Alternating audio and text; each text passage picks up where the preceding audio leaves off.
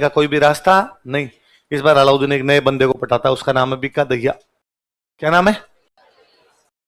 बिक्का दहिया नाम का आदमी था। इसको अलाउद्दीन ने लालच दिया कि यदि तू मुझे किले के अंदर जाने का रास्ता बता दे तो मैं किले पर कब्जा करने के बाद तेरे को क्या बना दूंगा। तो उसने कहा यार ये किला है ना एक साइड से कच्चा है, और जिस साइड से कच्चा है यदि वहां से इस पर आक्रमण किया जाए तो इस किले की दीवार टूट सकती है। तो उसने कहा यार इस किले की दीवार कहां से कच्ची है मुझे तो पता नहीं। तो उसने कहा इसके चारों तरफ राई डलवा दी जाए। क्या डलवा जाए? राई होती है, राई सब्जी में डालते हैं। तो राई ऐसा बीज होता है कि आप यदि रात को डालो सुबह तक फूट जाए। तो उसने कहा चारों तरफ राई डलवा दे, जहां से फूट जाएगा इसका मतलब वहां से क्या है, कच्चा है। अलाउद्दीन कहते हैं आसपास में घोषणा करवाई कि जिसके पास जितनी राई है वो लेके आओ। लोग राई लेके आए। अलाउद्दीन ने मुंह मांगे दामों पर राई खरीदी। लोगों का 100 रुपए किलो, 100 रुपए किलो, लोगों का 200 रुपए किलो, तो 200 रुपए किलो। चारों तरफ राई डलवाई गई। जहां से राई फूटने लग गई इसका मतलब वहां से जमीन क्या है, कच्ची। एक को मेरे जैसा महाआलसी आदमी था, वो अगले दिन राई लेके गया। अलाउद्दीन को जाकर साहब राई ले लो। अलाउद्दीन का लो रे भाई, मास्टर जी लाए 1 रुपए किलो ले लो। 1 रुपए किलो क्यों, रात को तुम 100 रुपए किलो ले रहे थे। उसने कहा राई रा भाव रात ही गया। राई रा भाव, राई के भाव कब चले गए, रात को। तो आज भी राजस्थान में कोई काम हो जाए उसके बाद कोई बंदा पहुंचे, जैसे हिंदी में कहावत होती है अब पछताए होत जब चिड़िया चुग गई, तो उसको आप राजस्थानी में बोल सकते हो राई रा भाव रात ही गया। राई के भाव कब चले गए, इसे दो। कोई पूछे जालोर का किला किसके भाव बिक गया था, किसके भाव बिक गया, राई के भाव बिक गया। समझ में आई बात? पक्का? क्या समझ में है बताओ? है? नहीं नहीं, ये जो आप यूनिफॉर्म में बैठे हो, क्या समझ में आया? नहीं आया ना? आ गया? बताओ क्या काम है ना? राय के भाव बिक गया था। और कोई काम हो जाए और उसके बाद कोई पहुंचे तब क्या कहते हैं, राय रा भाव रात ही गया। बोलो, अरे बोल, नहीं बोलेगी? क्यों नहीं बोलेगी? है? बोल तो सही, तो बोल राई रा भाव रात ही गया। राई रा भाव रात ही, राई के भाव कब चले गए? क्या होता है, ये एकदम यूं गुमसुम हो रही थी, मुझे लगा क्या हो गया ऐसे अचानक। हाँ, तो किसने विश्वासघात किया? बिकाल। और कहते भाई बिका दई आगे, बिका दई अलाउद्दीन ने खूब सारे रुपए दिए कि वेरी गुड, शाबाश मेरे चीते, तूने रास्ता बताया, ये ले रुपए हमारी तरफ से पकड़, और जैसे ही हम किला जीत लेंगे उसके बाद तेरे को क्या बना देंगे, राज। और बिका दैया खूब रुपए लेके दारू पिया हुआ लड़खड़ाते हुए अपने घर पर आया। इसकी पत्नी थी, उसका नाम था हीरा दे। क्या नाम था? उसने हीरा दे को आके कहा कि हीरा दे ये पकड़ रुपए। कोई तू क्या कह रही थी, मेरे को सोने का ये बनवाना वो बनवाना, बनवा ले जितने कोई बनवाने, बंगले बंगले बनवाने सब बनवा, और चिंता मत कर, गहने वहने खूब सारे बनवा, अब जल्दी तू रानी बनेगी, रानी बनेगी तो खूब सारे गहने होने चाहिए। उसने कहा कैसे? कोई लॉटरी लगी है, ड्रीम 11 भी टीम बनाते तुम तुम्हारे पास रुपए आए कहां से? उसने कहा तेरे को आम खाने गुठलियां गिननी है, तू तेरा काम करना है। उसने कहा नहीं नहीं तुम बताओ मुझे रुपए कहां से लेके आओ। उसने कहा धीरे बोले, तो और किसी को बताएगी नहीं, मैंने अलाउद्दीन को किले के अंदर आने का रास्ता बता दिया है, इसलिए अलाउद्दीन ने मेरे को रुपए दिए। अब अलाउद्दीन अंदर घुस के कन्नड़ देव वीरम देव दोनों को मार देगा, मुझे बनाएगा राजा, मैं जब बनूंगा राजा तो तू बनेगी मेरी। मजे करेंगे, मजे एकदम। और वो तो पिया हुआ था, गिर गया। और हीरादे ने सोचा कि लिचड़ मेरा पति है, ये विश्वासघाती देशद्रोही जिसने देश के अंदर घुसने का रास्ता बताया वो मेरा पति है। और उस महिला को लगता है कि इससे अच्छा तो पति हो ही ना। उसने बिका दैया को मार दिया। तो बिका दैया कौन मार देती है? उसकी पत्नी। तुम तालियां कैसे बजा रहे हो?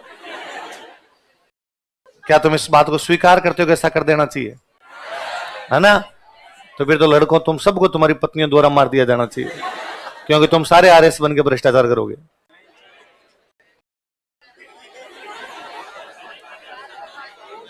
मामा आगे मामा रही बात नहीं करनी, मामा जी के आगे ननिहाल की बातें, दाई से पेट का क्या छुपाना, सारे के सारे करोगे।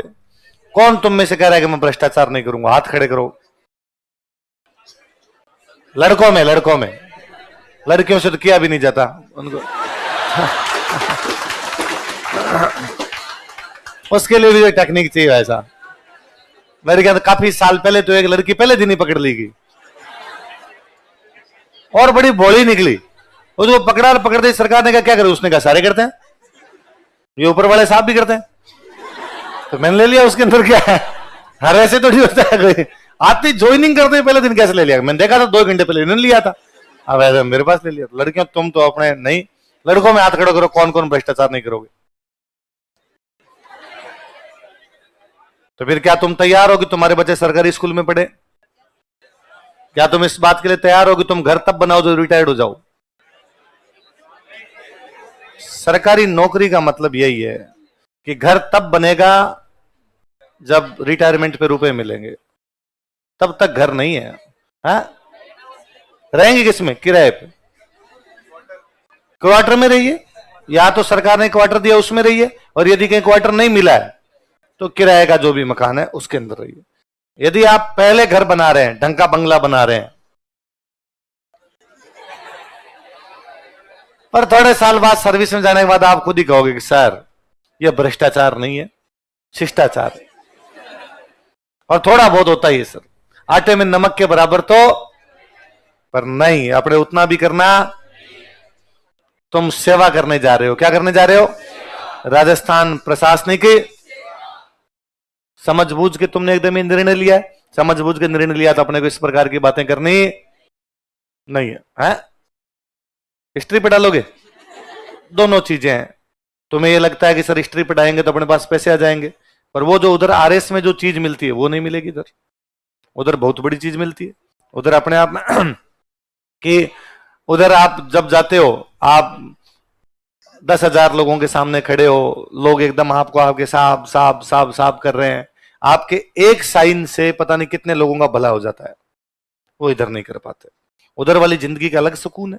हर क्षेत्र के कुछ पक्ष है और कुछ, तुम्हें लगता है पढ़ाना इतना सरल है तो बाकी चीजें छोड़िए, एक दिन सुबह 7 से 7 खड़े रह लीजिए।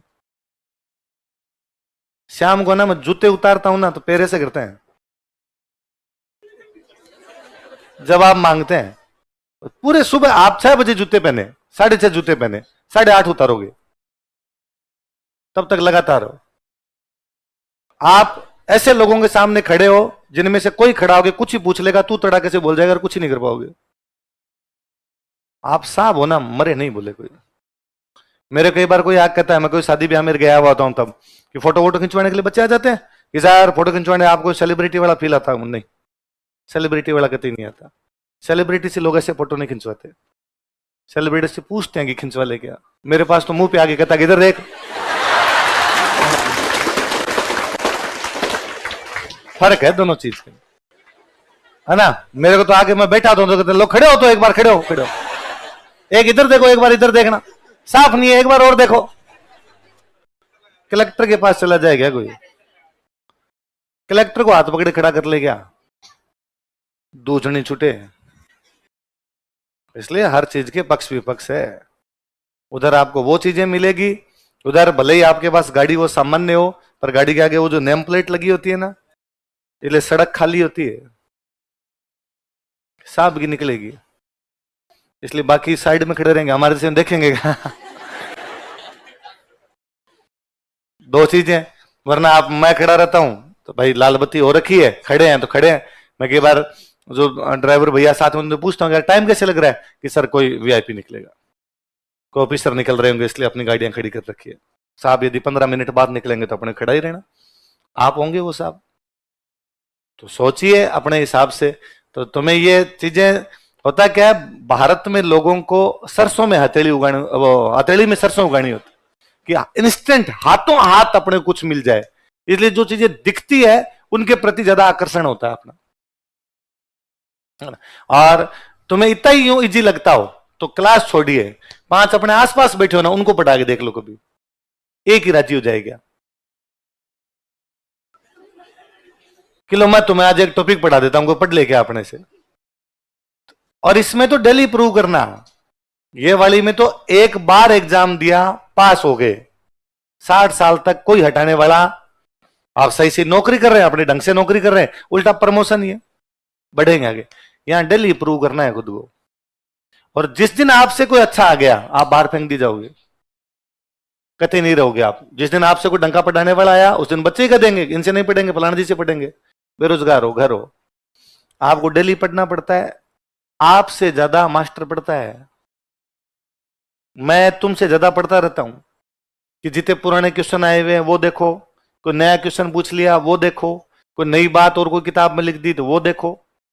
तो हर चीजें जितनी दिखती है उतनी सरल होती, हर चीज के कुछ पक्ष होते हैं। कुछ आप जिस सर्विस की तैयारी कर रहे हो, सामाजिक प्रतिष्ठा में वो भारत में सबसे ऊपर है, पावर के अंदर वो भारत में सबसे ऊपर है। आदमी दो ही तो चीज चाहता है, प्रतिष्ठा मिले और पावर मिले।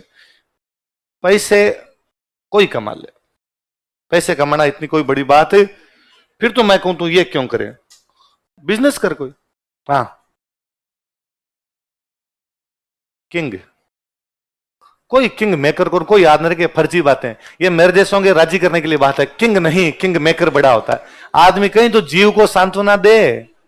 ये तो तू आरएस लग जाना और मेरे को लेके जाना गांव में तेरे साथ, जितने लोग मिलेंगे तेरे को आगे अरे साहब साहब साहब भाई साहब, तू कहेगा अरे नहीं नहीं ये सर इनकी वजह से लगा था, अच्छा मार साहब नमस्ते, और साहब आप बताओ। भाई साहब रे बात नहीं करे, मेरे जली हुई चीजें। हाँ हाँ हाँ हाँ हाँ, क्या ज्यादा जानते अरे, गुंडे टाइप की पॉलिटिक्स की, उसको भी तू यदि आइडलाइज करता है ना तो फिर यार तेरा स्तर सुधार थोड़ा, है ना। इन चीजों में तुम्हें यूं लगता है कि किसी को यूं डरा धमका के और लोग जानने लग जाएं, उसको यदि अच्छा मानते हो तो फिर तो आदर्श समाज फिर क्या मतलब है? ये चीजें अच्छी लगती है?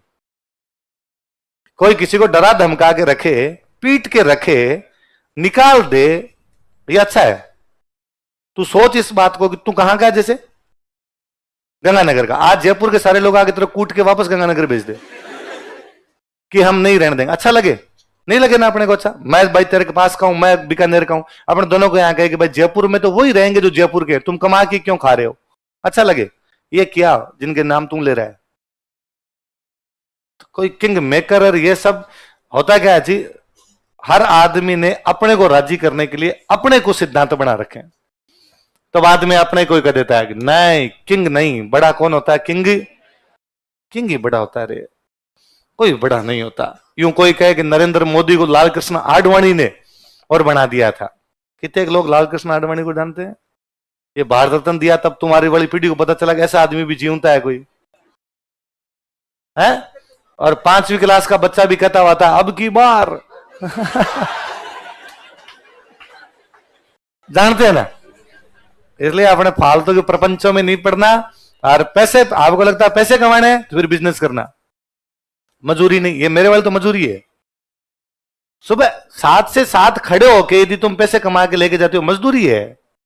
पैसे वो है कि तुम बैठे हो फिर भी आ रहे हैं। सर सर तो खुद ही खड़े रहते हैं, सर तो खुद पढ़ा रहे हैं। सर वाला भी कौन सा है? पैसे मुकेश अंबानी के रहे हैं, खाली दिमाग यूज ले रहे हैं, वो अपने पास नहीं है। मैं तो खुद चाहता हूं कि वो आए, वो वैसा दिमाग हो कि अपने तो बैठे रहे, लोग काम करें, अपने को कमा कमा के लाके दे, उसको कहते कमाना। आप खुद लगे हुए मजदूरों की तरह सुबह जाते हो, पसीने के अंदर तर बतर हो रखे हो एकदम। ये तो थोड़ा भला हुआ आजकल ऊपर ऐसी लगा दिए, वरना पहले मेरे को याद है कोरोना से पहले ऊपर उस पे खड़े रहते ना, पोडियम पे खड़े रहते, तो वहां पे ऊपर ऐसी वगैरह होता नहीं था। 2 घंटे की क्लास के बाद कपड़े इधर से उधर से लाल पीले हुए रहते, वो उससे लिखा करते। मेरे को व्हाइट शर्ट पहनने का शौक लगता है यार, व्हाइट शर्ट ठीक लगता है कि व्हाइट शर्ट में सोचना नहीं पड़ता ना कि कौन सी पैंट पहने कौन सी नहीं पहने, रेडी है कैसा लग रहा है, अच्छा ही लग रहा है व्हाइट शर्ट, तो मेरे व्हाइट शर्ट पहनने का शौक। कोरोना से पहले का मेरे का सिंगल व्हाइट शर्ट ऐसा नहीं है जिसपे काले धब्बे नहीं है, क्योंकि वो उसको वो चलता नहीं था, बीच बीच में ऐसे करते उसको, और वो कैसे भी उतरता नहीं था। अब जीव करता कि यार 2 बार पहना हुआ शर्ट छोड़ने का भी जीव नहीं करता, तो अब पड़ा है तो ये पहन लेते हैं। टाबरों को पता है काम मजदूरी वाला कर रहा है, लगेंगे क्या है इसके, तो अपने यही पहन के चले जाते हैं। इसलिए अपने आरे से ही बनना है, इसके अलावा इधर उधर की फालतू की बातें सोचनी नहीं है। आपने बहुत सोच समझ के निर्णय लिया, आपके घर वालों ने भी बहुत सोच समझ के निर्णय लिया, और वाकई बहुत अच्छा निर्णय। और फिर मैं हमेशा कहता हूं कि अभी एक बेच में मेरे को बच्चा कह रहा था कि मुझे तो एग्जाम ही नहीं देना, मैं तो इसलिए पढ़ रहा हूं कि मुझे पढ़ाना है। हम जितने लोग यहां पर पढ़ाते हैं सबके एग्जाम दिए हुए, ये एग्जाम दिया, इस पूरी प्रोसेस से गुजरे, तभी तो पता है क्या आता है और क्या नहीं आता है। ठीक है, फिर आप उधर नहीं गए, इधर आ गए, वो बात एक अलग है, पर उस प्रोसेस से पूरे से गुजर के तो आए आप, तब उसके बारे में जानकारी होती है। इसलिए अपने लगना है, एसडीएम लगना है। और मैं तो आपको यार कितना यूं समझाते हैं कि आरएस ही नहीं, अपने को तो क्या देना है, आईएएस, पर वो तो तुम्हारे मन में नहीं आता। वो तो कितने लोगों ने आईएएस का फॉर्म भरा इस बार, बड़ा ये देख लो, क्लास में हाथ खड़े हुए हैं 12, क्योंकि वो तो तुम खुद ही मन ही मन सोचो, इतनी औकात नहीं है। मेरे को सबसे बुरा आप में ये लगता है कि कोई भी आदमी खुद को कमजोर कैसे समझ सकता है, कि बाकी सब अलग, कि फेल हो जाएंगे वो कब, जब एग्जाम देंगे। यदि एग्जाम ही नहीं देंगे तो क्या फेल हो सकते हैं? मैं बीएससी फर्स्ट ईयर में फेल हो रखा हूं, बीएससी फर्स्ट ईयर होती है उसमें फेल हुआ। एनडीए की तैयारी करता था, एग्जाम ही नहीं दिए, उधर मैं फेल हो गया। तो मेरे जो मकान मालिक थे उन्होंने मेरे पापा को शिकायत लगाई कि ये पढ़ता, और मैं अच्छा ब्रिलियंट था, मैं 12th में साइंस थी, फर्स्ट डिवीजन था, 10th में बहुत अच्छे परसेंटेज थे। तो पापा को शिकायत लगाएगी, ये है ना, ले जाओ इसको वापस गांव ले जाओ, ये फेल हो गया, पढ़ता नहीं है, सारे दिन यूनिवर्सिटी के अंदर वहां स्टूडेंट्स के साथ में कभी कुछ ही मार्कशीट लेने के लिए जाता है, किसी का प्रोविजनल निकलवाता घूमता है, उधर नेतागिरी करता घूमता रहता है, और ये पढ़ाई वढ़ाई नहीं करता। तो पापा ने उन, वो जो अंकल जी थे बहुत भले, वही मेरा अच्छा सोच रहे थे, इसलिए उन्होंने इसी प्रकार की बात की कि पढ़ता नहीं है। उनको कहा कि भाई ये फेल क्यों हुआ, क्योंकि एग्जाम दिया था। एग्जाम देता उसकी दो ही चीज हो सकती है, या तो पास होगा या फेल होगा, या तो पास हो सकता था या फेल हो सकता था, ये फेल हो गया, इस बार वापस देगा तो इस बार पास हो जाएगा। पर कब, जब एग्जाम देंगे। जब एग्जाम ही नहीं देंगे तो पास फेल दोनों की संभावना। तो कोई आप पहले लोग दिखे मुझे इन इतने सालों में, पिछले 3-4 पिछले मेरे, मैं 2010 में यहां पढ़ने के लिए आ गया था, देख लो 2024 आ गया, 15 साल हो गए। 15 साल में पढ़ते पढ़ाते दोनों को मिला के 15 साल में, ये पिछले 2-3 साल में कोरोना के बाद वाले बैच में आप बच्चे दिखे जिनको एग्जाम देने से डर लगता है। वरना मुझे लगता है यार एग्जाम देने से कोई कैसे डर सकता है, फेल होंगे बाद का बाद में देखेंगे यार। यदि ये सोच के कि फेल हो जाएंगे इसलिए एग्जाम नहीं देना, फिर तो यार पैदल आते टाइम हेलमेट लगा के आया करो ना, तो गाड़ी ठोक जाए तो फिर तो हेलमेट उसमें भी होना चाहिए अपने पास में, पर नहीं लाते हैं तुम, क्योंकि तुम्हें इतना विश्वास रहता है कि नहीं इस प्रकार का कोई काम होगा नहीं, मैं बहुत देखभाल के चलूंगा, सोच संभल के चलूंगा, ऐसा मेरे साथ होगा नहीं, बस मैं बहुत अच्छे पढ़ूंगा, सोच समझ के पढ़ूंगा, मैं फेल नहीं होऊंगा। पहले आदमी ये सोचे तो सही।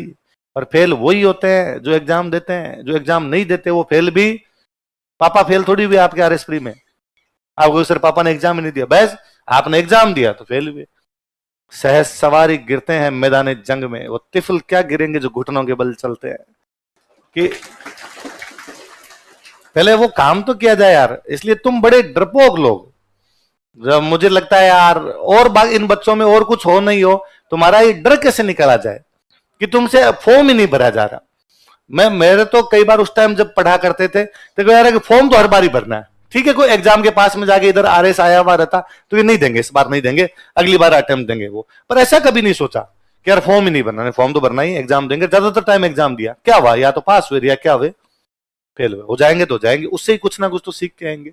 इसलिए हमेशा मन में बड़ा सोचना, कभी भी छोटा सोचना नहीं। फिर क्या, आदमी जब छोटा सोचना शुरू करता है ना, वो स्लोपरी स्लीपिंग है, वो आप फिर इतना फिसलने लगते हो कि आप कितने नीचे जाके रुकोगे उसका कुछ भी पता। आईएएस में तो आप वैसे सोच लेते हो ये तो बाहर का ही मामला है, अपने औकात का ही मामला। आरएस देते हो, इसमें मान लो प्री होता नहीं है, फिर आपको लगता है कि यार इधर भी अपनी पार पड़ेगी नहीं, फिर आपके दिमाग में हो रहा था कि अगली वैकेंसी तो 3 साल बाद आएगी, 3.5 साल बाद आएगी, ये वो फलान टिकट, इतने में को दूसरा एग्जाम आया हुआ तैयार रहता है, तुम फिर उसकी तैयारी करते हो, उसमें पास हो जाते हो तो भी दिक्कत है, उसमें फेल हो जाते हो तो और बड़ी दिक्कत है। उसमें फेल हो जाते हो तब तो कॉन्फिडेंस और ही चरमरा गया, और हमें लगता है अपना तो इसमें नहीं हो रहा, उसमें पास हो जाते हो फिर पूरी जिंदगी वही नौकरी करनी है। ये ना, ये बड़ा भ्रम है भयंकर वाला, कि एक बार छोटी नौकरी लग जाएंगे और फिर अपने आरएस की तैयारी कर लेंगे। कोई नहीं करी की आज तक, तो किसी ने की नहीं। तो आप कहते हो सर नहीं नहीं, एक वो फलान जी ऐसे लगे थे, फलान जी ऐसे लगे थे, फलान जी, यदि आप गिन सकते हो ना लोगों का नाम, इसका मतलब उनकी संख्या बहुत कम है। अपवाद है, अपवाद कभी नियम नहीं होते। वरना मैं जानता हूं, मैं जब फर्स्ट ईयर में पढ़ा करता वहां बीकानेर के अंदर, मेरे पास वाले रूम में गंगानगर से रहने के लिए मेरा बहुत अच्छा फ्रेंड है, और इतना इंटेलिजेंट उन दिनों में, अब भी मैं देखता हूँ कि मेरे साथ में जितने लोग रहे उनमें सबसे अधिक इंटेलिजेंट वही रहा हमारे।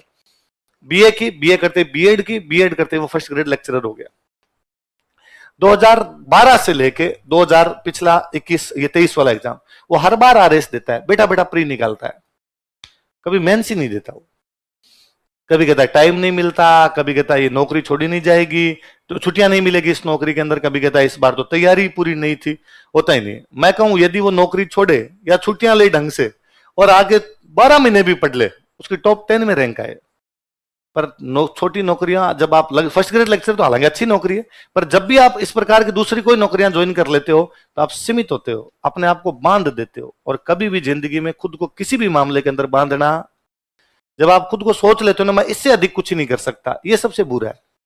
हमें प्रयास करना, हो नहीं हो बहुत बाद की बात है। आगे का किसी ने कुछ ही नहीं देखा, क्या होना है क्या नहीं होना। मैं तो खुद यहाँ पढ़ाई करने के लिए आया था, मैं तो ये सोच के आया था भाई अपने आरएस की तैयारी करेंगे। आरएस मैं जिस दिन 12th पास की थी ना, मेरे साथ वाले अब भी हंसते हैं। मेरे से कोई पूछता नहीं 12th करने के बाद तू क्या करेगा, तो मेरे एक था कि मैं फौज में जाऊंगा, मैं लेफ्टिनेंट बनूंगा, फौज में जाऊंगा। इसके अलावा मेरे दिमाग में कोई किंतु परंतु भी नहीं था कि कोई दूसरी तैयारी भी होती है क्या, करनी भी होती है क्या। मैं जिन लोगों से मिलता वो भी इसी प्रकार के लोग थे, मैं तैयारी करता वो भी इसी के थे। ठीक है, अपने पास ज्यादा गाइडेंस नहीं था। 12th की तब मैं 17 साल का था, पता चला एनडीए का एग्जाम दे सकते हैं, 19 तक दे सकते हैं। तो मेरे दिमाग में था एनडीए साल में 2 बार होता है, 19 तक दे सकते हैं, अपने पास 4 चांस होंगे, अपने एनडीए देते हैं। एनडीए का एग्जाम दिया, 12th करते हैं, एनडीए का एग्जाम दिया, उसके अंदर फेल हो गए। इंग्लिश का पेपर आता था, इंग्लिश वाला पेपर पास नहीं हुआ, तो कहा इंग्लिश पढ़नी पड़ेगी। तो 6 महीने इंग्लिश पढ़ी, 6 महीने इंग्लिश पढ़ी, अब की बार एग्जाम देंगे। अगला एग्जाम देने के लिए तब पता चला अपने ओवरेज है, क्योंकि वो 18 तक ही मांगते हैं, 1 साल पहले की एज मांगते हैं, और वो मेरे 7 दिन की ऊपर ही निकल रही थी उसमें, वो जो मांग रहे थे उससे मैं ज्यादा हो रहा था, तो अपने इसमें ओवरेज हो गए। तो अब वो एग्जाम दे, तो जाके तो कोई दूसरी दिमाग के अंदर आई, तो बाद क्या करेंगे, चलो यार इधर वाली तैयार कर ले। मेरा एनिमेशन में डिप्लोमा किया हुआ, उसमें जॉब नहीं लगी थी बाद में, तो वो एनिमेशन वाले में फेल। एनिमेशन कार्टून, मेरे कार्टून बनाए हुए, तो मैं तो वो कार्टून वाले उसमें काम करता, तो भी मेरे दिमाग में सपने वैसे थे कि हॉलीवुड जाएंगे और वहां पे वैसा कार्टून आएगा, नीचे नाम लिखा आएगा एनिमेटर राजवीर सिंह। जो सोचते ही थे, उधर फेल हुए, उसमें भी कोई ढंगा हो नहीं पाया। तो लो आरएस वाली तैयारी कर लेते हैं, इधर तैयारी की, आप प्री देते हो, मेंस देते हो, इंटरव्यू देते हो, इसमें फेल हुआ जाते हो। तो मैंने तो ये भी कभी नहीं सोचा था कि टीचर में ऐसा कुछ होगा। आप जो काम ईमानदारी से करते हो ना, उसका फल कभी ना कभी मिलता है। एक तो हमेशा काम ईमानदारी से कर लेना, एक कभी भी अपने बारे में छोटा नहीं सोचना। जब आदमी खुद के बारे में यूं सोचने लग जाता ना कि मेरे से नहीं होगा, फिर मरे नहीं। As you think so you become. जैसा आप सोचते हैं वैसा आप अपने रास्ता नहीं मिलते। कहते हैं रोता जाओ वे मरे डांगा समाचार ले आवे, जो रोते हुए जाते हैं वो मृत्यु के समाचार लेके आते हैं। तो पहले ही क्यों रोना। इसलिए इस बार नहीं दिया कोई बात नहीं, मैं अगली बार फिर कहूंगा। ये तैयारी फिर अभी तक भी तुम्हारे 2-2.5 साल और खाएगी, है ना। ये पंचवर्षीय योजना है और अच्छी चीजों के लिए इंतजार करना पड़ता है। सर एक एग्जाम्पल देते रहते हैं, सर के इनको साथ वाले थे, उनका कोई 10 साल बाद में जाके आईएएस में सिलेक्शन हुआ। इतने साल तक तैयारी की लगातार, मतलब आरएस के अटेम्प्ट, आईएएस के अटेम्प्ट यूं दिए, मतलब 7-8 साल की कोई तैयारी हुई होगी। 2 साल पहले लगे, कोई 5-6 साल एग्जाम दिए होंगे यूं, तो 7-8 साल की तैयारी की बात हुआ कि जब तैयारी के अंदर थे तब हमेशा यूं कहते कि यार कब सिलेक्शन होगा, घर वालों के पैसे लगते हैं। अब तो मांगते हुए भी शर्म आने लग गई, सिलेक्शन होता नहीं है फाइनल। लोग इधर उधर के ताने मारते हैं कि लग गए कलेक्टर, कब लगोगे, फलान टिकट। फाइनली एक दिन हो गया। तो उनका था, लगने के बाद उनका था कि यार अब जब इस गाड़ी में बैठ के जाते हैं ना, अब जब साइन करते हैं कहीं पर और हमें लगता है अपने एक साइन से पूरा डिस्ट्रिक्ट में ये सब कुछ लागू हो जाएगा, तब लगता है कि 10 साल और भी लग जाते ना तो भी कोई गम की बात नहीं थी। इस चीज को पाने के लिए तो 20 साल भी लगते तो कोई बात नहीं, हालांकि 20 नहीं लगते, अपने तो अटेम्प्ट ही खत्म हो जाते हैं तब तक। वो कहने का मतलब होता है कि ये इतनी अच्छी चीज है कि इसको पाने के लिए ये भी हो सकता था। इसलिए मिले नहीं मिले वो आगे की बात है, पर कभी अपने प्रयासों में कमी नहीं रखनी। और फिर मैंने एक दिन कभी और पहले बताया, पढ़ाई एकमात्र चीज है जो कभी भी व्यर्थ नहीं जाती, वो हमेशा काम आती है। आप यदि सोचोगे आपने प्री दिया, प्री में सिलेक्शन नहीं हुआ, कतई व्यर्थ नहीं है, वो कहीं ना कहीं काम आएगी, दूसरी जगह काम आएगी आपके। वो तो भाई मैं मेरे लिए कर दूं कि भाई मैं पढ़ा, मैंने एग्जाम दिया, एग्जाम में सिलेक्शन नहीं हुआ, तो वो पढ़ाई तो काम आ रही है। यदि उस समय पढ़ाई नहीं करते, एग्जाम ही नहीं देते, तो क्या आज ये जो है ये भी होता क्या। तो मां सरस्वती अपना ऋण कभी भी अपने ऊपर रखती। इसलिए बड़ा सोचा करो, बड़ा किया करो हमेशा। इस बार जितने बच्चे प्री में फेल हुए थे, मैंने सबको कहा था कि सारे आईएएस का फॉर्म भरना, सारे आईएएस का फॉर्म भरना, आईएएस की तैयारी करना। जब हम फॉर्म भरते हैं तो उसके अनुरूप प्रदर्शन भी करते हैं, जब हम फॉर्म भरते हैं तो उसके अनुसार अपनी पढ़ाई भी करते हैं, तो पढ़ाई का लेवल तो अप होता है, थोड़ा ढंग से तो पढ़ने लगते हैं। मत देते एग्जाम, मत कहता हूं जून के आसपास में जाकर आपको लगता है कि नहीं सर वो पॉलिटी, इकोनॉमी, ज्योग्राफी तो मेरी हो गई, पर मुझे लगता है साइंस, टेक और करंट अभी तक भी इतना अच्छा नहीं है, मैं अटेम्प्ट नहीं खराब करूंगा, नहीं दूंगा। पर फॉर्म ही नहीं भरने का मतलब तो अपने पहले से सोच के ही बैठे हैं कि अपने से तो ये पार पड़ेगी, तो फिर अगला स्टेप तुम्हारा ये है, अब जैसे ही कोई दूसरी वैकेंसी आएगी तुम फटाफट उसके फॉर्म भरोगे, उन नौकरियों में तुम्हारा सबका सिलेक्शन हो जाएगा। जैसे तुम्हारा सिलेक्शन होगा, और गांव में सरकारी नौकरियों की इमेज इतनी अच्छी है अभी तक कि जैसे ही सिलेक्शन होगा दूर दराज तक 100 कोस तक तुम्हारे बारे में पता चलेगा कि फलाना जी का लड़का सरकारी नौकरी लग गया। कोई ना कोई लड़की के पापा तैयार बैठे हैं स्प्लेंडर मोटरसाइकिल लेके, एक हाथ का गहना और टीका लेके तैयार बैठे हैं, हाथों हाथ तुम्हारा ब्याह कर दिया जाएगा। बस बाद में अपने उसी में जिंदगी है, वही है। बाद में आगे पढ़ने की संभावना है, उतनी अनुकूल परिस्थितियां नहीं आएगी जितनी अनुकूल अब है।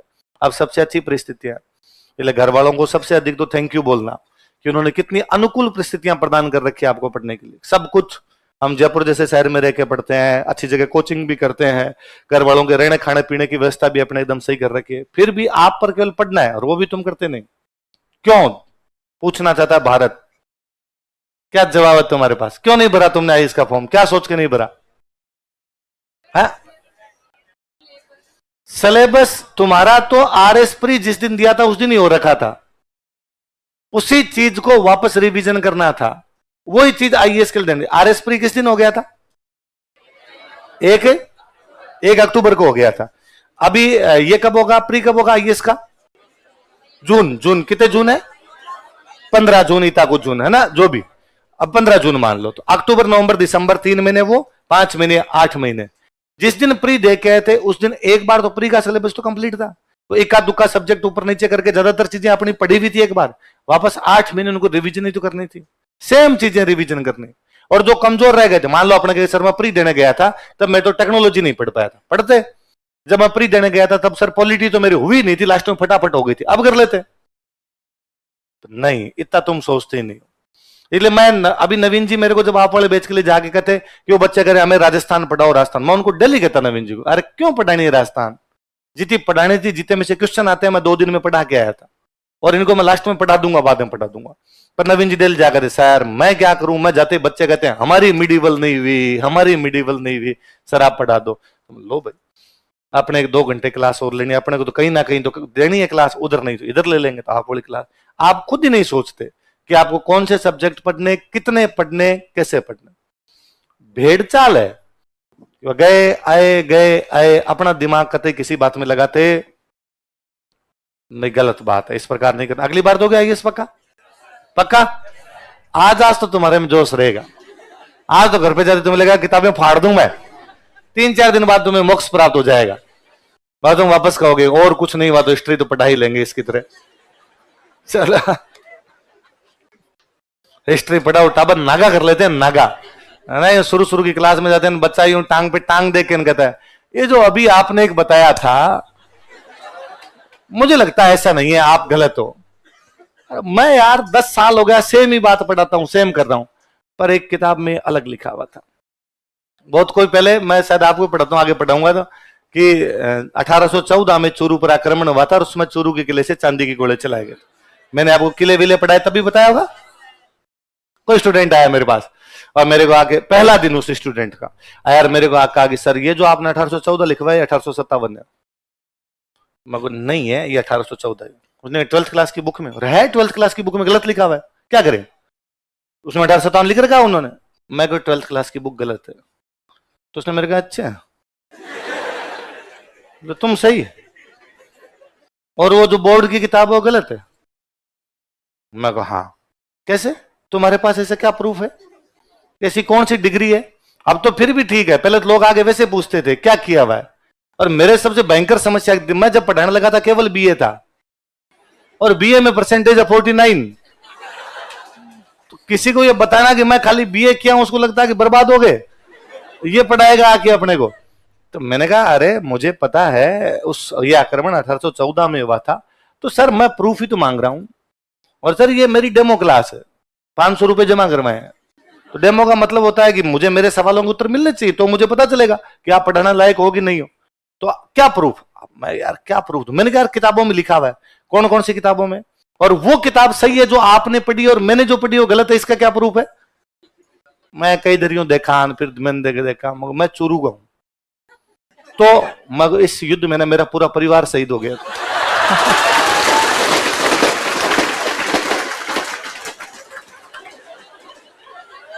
उसने कहा, और ये सही है। हमारा गांव गया था उसमें लड़ने के लिए, मेरा गांव चोरू के बहुत पास में पड़ता है, हमारे गांव के हमारे लोग गए थे उसके अंदर।